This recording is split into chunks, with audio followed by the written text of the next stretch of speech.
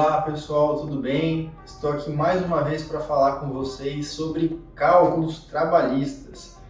Dessa vez eu vou abrir um cálculo do PJE Calc, que é o sistema obrigatório para cálculos na Justiça do Trabalho, e vou explicar ele item por item para você conseguir entender de uma vez por todas como ler um cálculo no PJE Calc, que a gente sabe que não é uma tarefa fácil.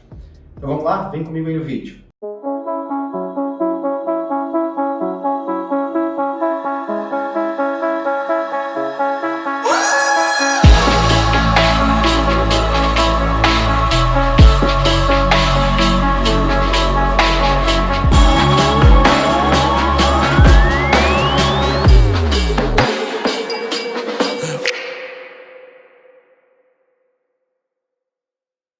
Vamos lá então, pessoal, sem maiores delongas, eu já estou compartilhando com vocês aqui a minha tela para que vocês possam ver então o cálculo aberto no PJE Calc. Obviamente aqui os dados da pessoa envolvida, número do processo, enfim, foram todos borrados para que a gente não divulgue dados de quem não precisa ser divulgado para esse vídeo que é informativo, né, ensinando a entender um cálculo no PJE Calc. E sem maiores delongas, já vou explicar logo o que é esse cálculo para que a gente entre realmente no conteúdo e você absorva isso aí, tá bom?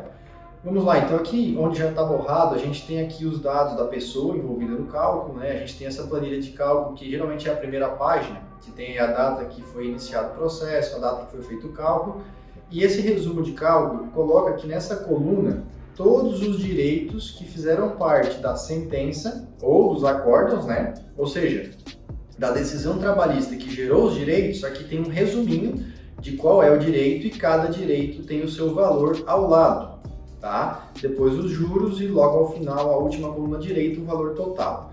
Na próxima página, a gente ainda vê alguns direitos, é a continuidade da tabela, e a gente chega aqui no valor total da soma dessa tabela, nesse caso R$17 mil, os juros e aí sim o valor total. Aqui embaixo, nesse 17 mil que é o total, tem ainda um desconto de contribuição social. O que é contribuição social? É o INSS, né? E poderia ter desconto de IRPF, que é o Imposto de Renda de Pessoa Física, né? Poderia, se esse caso o valor fosse maior, a pessoa tivesse a obrigação de pagar o imposto de renda, não é o caso, tá? Ao lado a gente tem aí então o valor líquido, a contribuição social sobre os salários ao que a empresa paga de INSS e os honorários de sucumbência aí para os advogados, tá? Embaixo aqui o honorários para outro advogado. Enfim, e aqui embaixo, tudo que tiver com esse título no PJE, pessoal, verbas que não compõem o principal, significa que são valores que não estão somados na tabela ali, não gerou uma condenação, simplesmente foram usados para algum critério de cálculo.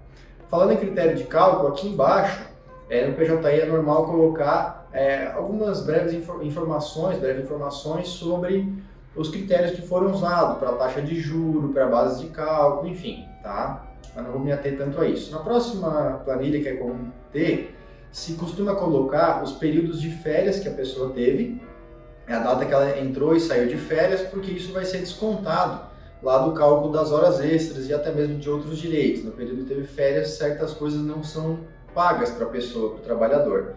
Depois a gente entra no cartão ponto mensal, e ele é mensal porque ele só contém a quantidade de horas extras. Vocês podem ver aqui nessa coluna, tem os dias trabalhados, né, as horas extras 100%, que são as horas extras de domingo e de feriados. Depois as horas extras que no caso aqui é hora extra diária, mas é a quantidade do mês já. Pode ver que o mês Opa, tivemos um pequeno probleminha de gravação. Voltando, pronto, desculpe. Então aqui, por exemplo, no mês de dezembro, né, a gente teve aqui essa quantidade de 25,80, que são as horas extras diurnas, com D ali. E aí as horas extras noturnas, que tem um cálculo um pouco diferente, nesse caso está zerado, não tem nenhum. E no final, o intrajornada, que é o intervalo de almoço. Nesse caso, nesse mês, essa pessoa tem direito aqui a 10 horas extras de intervalo, intrajornada e intervalo de almoço. E isso daí se repete em todos os meses, do período que essa pessoa tem. A gente tem aqui o histórico salarial, e ele é muito importante, ele tem detalhamento, a base do INSS que foi usado, né? Nesse caso, essa pessoa ganhou na justiça as comissões estornadas R$100 por mês, então R$100 por mês também é uma parcela salarial que deve entrar nesse cálculo. Ele tinha comissões, então tá aqui as comissões pagas, né? As horas extras, enfim, e o salário base, que seria o salário fixo. Então, no histórico salarial ele é importante para o PJE, pessoal, por quê? Porque no histórico salarial vai ser utilizado a partir dele as bases para calcular os direitos lá embaixo, que são muitos. Eu vou focar no principal direito que vem no PJE Cálculo, que são horas extras. Vou descer aqui bem rapidinho, tá? Horas extras são geralmente o maior valor dos processos e os mais difíceis de entender. Mas se eu explicar essa tabela, você vai entender como que foi formada aquela primeira tabela que é o resumo de cálculo, tá? Então vamos lá. As horas extras, o que a gente tem aqui? Vou explicar a primeira linha e isso aqui vai se repetir em todos e vai servir para você entender. Então existe aqui o período, então a data inicial da contagem das horas extras e data final, e tudo aqui nesse caso dele, nesse mês é o mês de dezembro de 2014. A base, lembra daquele histórico salarial? Na base de cálculo da hora extra entram todas as verbas salariais, que são salário fixo, comissão, até mesmo repouso sobre essa comissão, adicional de salubridade, periculosidade e outros que tenham aí, tá? Deve entrar tudo na base de cálculo da hora extra, exceto indenizações, né, ou a própria hora extra. A hora extra não deve entrar na base de cálculo da hora extra, né, por uma razão óbvia. O divisor, então essa base vai ser dividida por esse número aqui, e esse número 220 ele é o número correto para quem trabalha 44 horas na semana, e que é a maioria das pessoas. Depois se multiplica, e esse caso é 1,6, pela CLT seria 1,5. 0,5 significa 50%, né? A gente já sabe hoje que as horas extras devem ter um adicional de 50%, que é a hora, e o extra é aquele 50% a mais. Nesse caso aqui é o 6, que é o 1,6, porque esse trabalhador tem direito a um adicional de 60% de hora extra, não 50% da lei. Por quê? Porque o sindicato dele criou uma regra na convenção coletiva dizendo que ele tem 60%, ele e qualquer pessoa do comércio aqui da nossa região, tá? Depois a gente tem a quantidade, então isso aqui a gente vai conferir como? Avaliando em uma outra planilha, que tem que estar aqui nesse cálculo também, o horário de entrada, almoço e saída, somando isso tudo no mês, vai gerar um número X de horas extras, e nesse caso realmente foi 25,80. O que o PJE faz agora automático, pessoal? Pega a base, divide por 220, soma o multiplicador aqui, né? E multiplica pela quantidade e tem R$ 548,38, que é o valor de hora extra nesse mês. Só que no recibo de salário a empresa já pagou R$ 445,19. Então o que ele tem a receber nesse mês é somente R$ 103,19, é aplicada ali a correção monetária que vira 130. Isso que eu acabei de explicar para vocês se repete em todos os meses, tá? Até que se soma aqui na tabela esses 5.343 e esse valor de 5.343 vai para onde? Lá naquela tabela que eu expliquei aqui, ó, 5.343,05. Então é assim que você consegue entender um cálculo feito no PJE Calc, tá bom? Legal? Ficou claro? Então deixa eu fechar minha tela aqui. Então pessoal, agora que eu já saí aqui da minha tela, e mostrei para vocês como entender o PJE Calc, eu foquei bastante em hora extra. Por quê? Porque é um dos assuntos mais difíceis.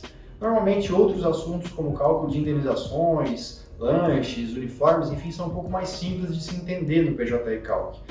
Uma dica final que eu quero deixar para você é que o PJE Calc ele é complicado de entender, ele é grande, tem muitas informações às vezes que são desnecessárias, que não precisariam estar aí e que dificulta a nossa capacidade de entender o que está ali escrito. Mas, como qualquer problema que é muito grande, se ele for dividido em pequenos itens, e lembrando, a gente gravou aqui para você esse conteúdo gratuito no YouTube e você pode ver quantas vezes quiser. Então, divide em pequenos itens, veja quantas vezes forem preciso que você vai realmente entender quais são os itens importantes em um cálculo, tá? E para você que talvez não queira ou não ache tão importante o advogado entender de cálculo, vai passar esse cálculo para outra pessoa fazer, saiba, para entender de cálculo, tem que entender de direito também. Uma coisa tem que estar conectada na outra. A maioria dos erros que eu encontro em cálculos é de pessoas que fizeram cálculo, mas não entendiam do direito e não souberam usar as bases corretas, porque a matemática ela é exata.